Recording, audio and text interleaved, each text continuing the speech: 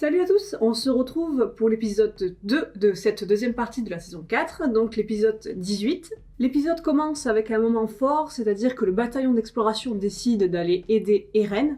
Un petit peu à contre-cœur quand même, hein. On voit que par exemple Mikasa ne prend plus son écharpe rouge qui était un symbole fort de leur relation. Un des moments le plus badass pour moi c'est l'entrée de l'enfant prodige, donc Sig, qui arrive sous sa forme de titan bestial et qui va comme ça lancer des pierres sur tous ces dirigeables, ce qui donne aussi un très beau plan sur Yelena là qui s'extasie de voir tous ces dirigeables en feu. On avait pu voir ce plan déjà et il me plaît beaucoup, il est très iconique. Sig, qui est voilà, un personnage très, très important parce que pour moi c'est un parfait mélange entre David et Goliath, c'est-à-dire qu'il a ce côté géant à la Goliath, mais il a aussi la ruse et l'utilisation de pierres comme David, donc c'est ça qui le rend très effrayant, il est intelligent et fort. On peut aussi voir que Armin continue à feinter Yelena et les pro-Jäger, mais voilà, on a tous été marqués, j'ai pu voir sur internet, par cette tête de Yelena absolument mythique qui regarde Armin et qui fait une transition comme ça entre une tête vraiment incroyable et un sourire complètement détraqué, quoi. Yelena, c'est un personnage intéressant qui se développe, c'est le fanatisme incarné, elle est complètement imprévisible et Armin est terrorisé. Et on voit qu'elle n'a pas trop confiance en Armin, il change souvent de côté et elle s'interroge, elle est pas si bête que ça.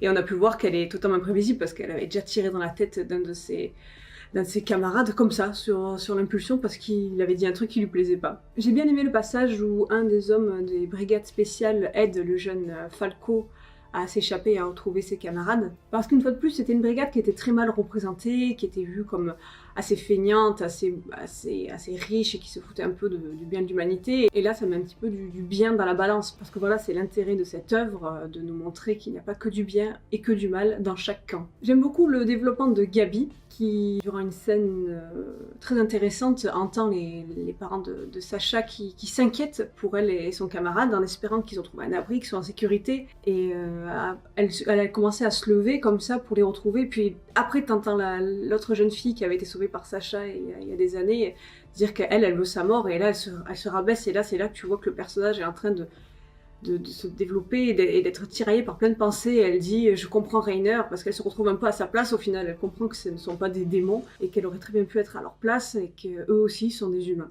Une fois de plus, voilà, elle se rend compte qu'elle a continué le cercle et que ce ne sont pas des démons. Falco, qui est adorable, il essaie de la rassurer, il lui avoue ses sentiments. D'ailleurs, il prend son courage à deux mains et il la rassure en disant que lui aussi il est coupable, qu'ils sont tous coupables et qu'elle n'a pas à s'en vouloir. Voilà, il la protège de l'effondrement psychique. C'est quelque chose, par exemple, qui manque beaucoup au personnage de Reiner, quelqu'un qui le soutient. C'est pour ça qu'il est complètement désespéré, parce que Gabi, elle essaie vraiment de repartir sur les traces de Reiner. Elle a cette pression pour devenir elle aussi une guerrière. Dans sa famille, c'est un peu le but ultime.